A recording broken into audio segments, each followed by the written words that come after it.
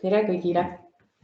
Saan aru, et kell on ilusti saanud täis ja alustame siis kaasava eelarve tutvustamist. Ma loodan, et ma olen ilusti kuulda. Mina olen Marika Ojaperv, olen finantsjuht, kõrval istub meil Harri Väli, arendusjuht. Annaks omalt poolt siis kiire sellise ülevaate tutvustava selgituse siia kaasava eelarve koostamisele ja siis ootaks teie poolteid küsimusi. Ja siis proovime siin kahe peale koos nendele vastuseid leida. Kaasava eelarve maht on siis käesoleval aastal 10 000 eurot. Ja praegu on vallavalitsus pannud kuupäevaks ideede korje kuupäevaks siis 20. oktoobriks tuleks esitada ära kaasava eelarve ideed. Ideed saab esitada igaüks, ehk siis ka juriidilised isikud või siis füüsilised isikud. Ja idee peab olema siis märgitud esitaja nimi ja kontaktandmed. Välja peab olema toodud ka projekti lühikene nimetus, projektiga teostatava objekti eesmärk ja olulisus, samuti ka projekti kirjeldus vabas vormis ja võimalusel idee kavand, mis annab vallavalitsusele siis selge info ja ettepanekute elluviimise võimalikkuse hindamiseks. Ja ka peab välja olema toodud projekti teostamise ligikaudne maksumus. Siin juures siis saab kohe ära öelda, et otseselt ei ole nõutud hinnapakkumine.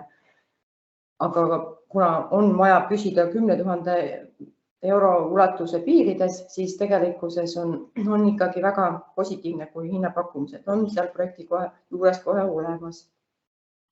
Ja võib välja tuua ka siis muu olulise info, mida siis esitaja peab oluliseks.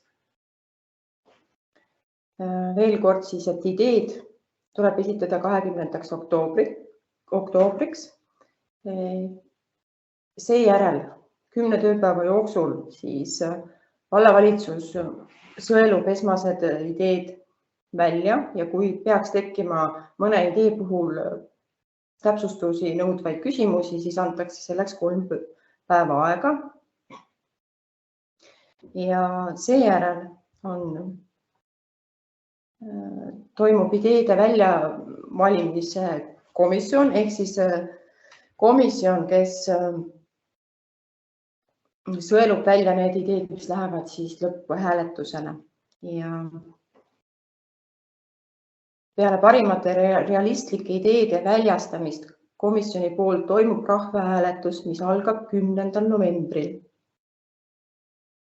Ja hääletada saavad siis kõik vähemalt 16-aastased isikud, kelle elukoht on Eesti rahvastikuregistri andmetel siis Kehtna vald. Ja hääletamine toimub elektroonilises infosüsteemis Volis. Ja igal inimesel on siis üks hääl ja hääletada saab ühe korra ühe idee poolt. Ja praegult oleme vallavalitsuse tasemel kokku leppinud niimoodi, et parim idee kuulutatakse välja hiljemalt 10. detsembriks. Minu poolt on tegelikult ülevaade antud, et kui nüüd on meil Varril midagi öelda täpsustada.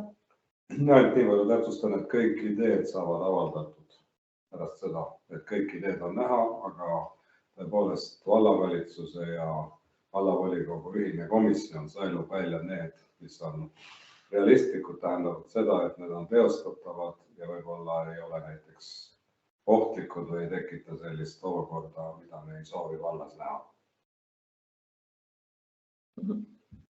Et kui nüüd on küsimusi, võib küsida neid otse, aga võib ka chati kirjutada.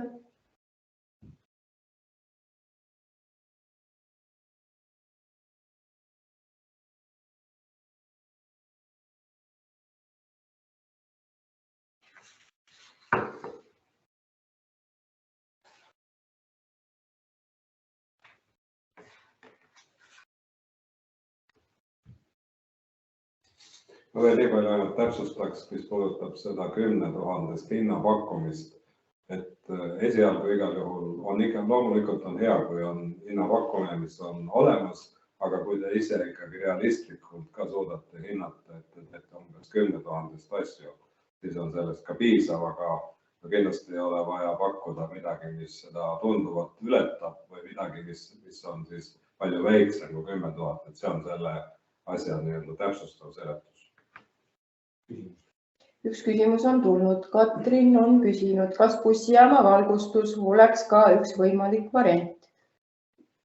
Mina siinkohal ütlen, et jah, bussijaama valgustus on tegelikult investeering ja kui idee autor näeb seal vajadust ja siis see on võimalus tegelikult, kuigi see on otseselt nagu vallaga seotud objekt tänavavalgustuse mõttes, siis tegelikult annab see sellele piirkonnale ikkagi lisaväärtuse juurde, et miks mitte kasutada sellist võimalust.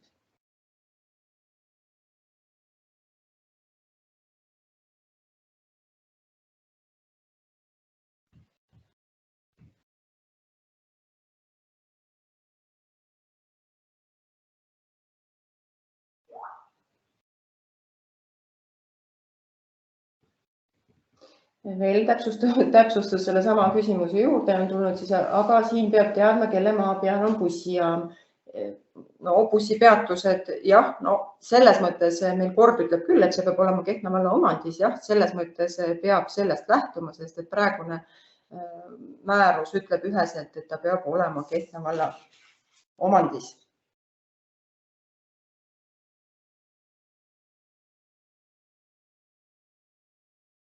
Et siin on ilmselt mõeldud, et ka bussiliikleja ja maanteeamet on osaline või transpordiamet, et on osaline bussipeatuse välja ehitamise kohustustes, ehk siis idee esitaja peaks siis enne ikka üle uurima, kas see on valla omandis. Et me saaksime seal midagi teha. Selles mõttes on õige tähelepanek, jah.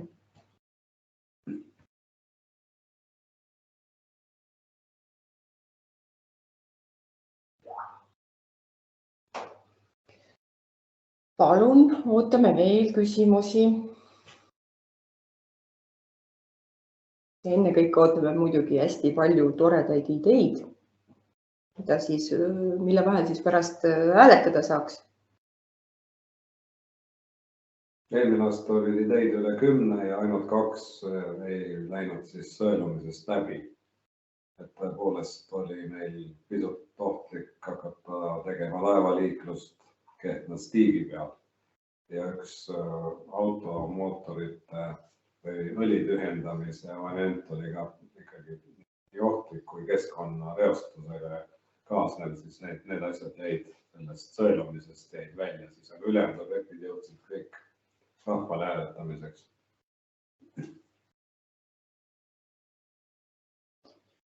Ja kui veel täpsustada, siis oleme jõudnud ka eelmise aasta kaasava eelarve lõpplahendini, ehk siis tegelikult esimene kaasava eelarve objekt on meil siis Kehtna vallas ka just värskelt valmis saanud. Estonia järve puhkeala korrastamine siis. Ja mina omalt poolt veel rõhutaks täpsustavalt, et selle kaasava eelarve objekti ehitamise peab garanteerima vallavalitsus. Aga koostöös siis projekti esitajatega.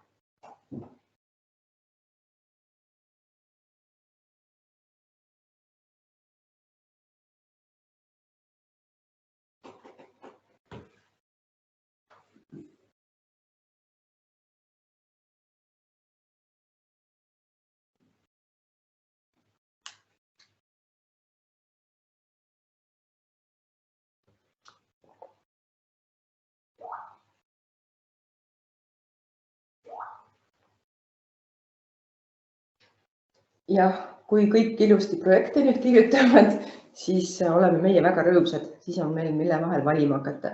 Et kas me veel ootame mõned minutid või me siis ootame küsimusi, võib ka pärast hiljem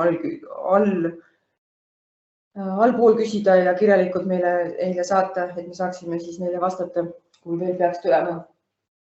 Aga loodame siis, tuleb rohkelt ideid. Jah, ja vaatame, mis 10 päeva pärast siis meil on meieni jõudnud. Et ootame võib-olla siis 45-ni veel, kui keegi liitub veel nüüd hiljem meiega.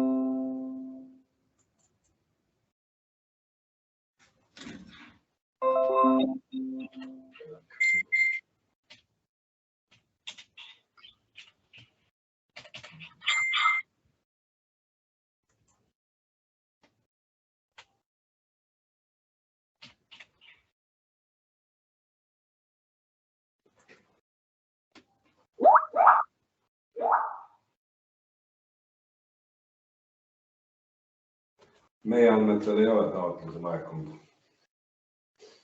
Ja siis veel kord saab ikka täpsustada, et kui ei ole praegu küsimusi, siis saab veel juurde küsida. Näiteks meili teel Kehtna pealt.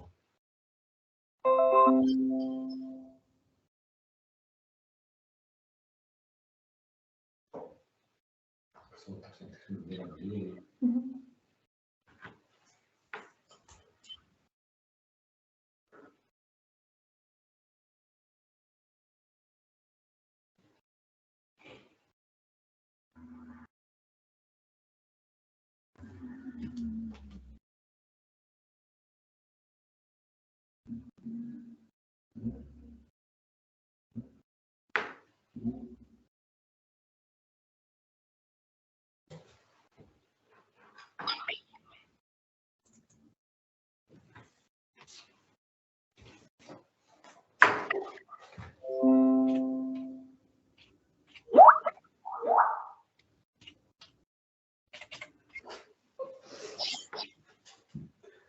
Rõõmustada tasub siis, kui Kaasava eelarve tegemine on väga tõsine asi.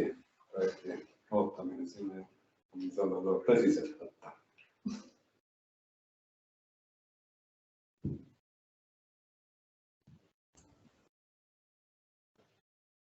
Aga ma arvan küll, et siis võtame otsa kokku, et endiselt on võimalik neid kogu aeg kätte saada, kui mingid küsimusi tekib.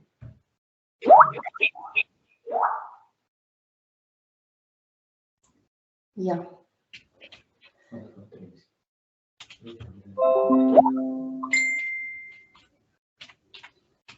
Aitäh, Katrin. Ja ma arvan, et me omalt poolt tõesti lõpetame, et meil ei ole mõtet siin rohkem aega kulutada. Aitäh teile, kes te kuulasite. Ja kui miskit on, siis me oleme Marliga nõus vastama. Aitäh!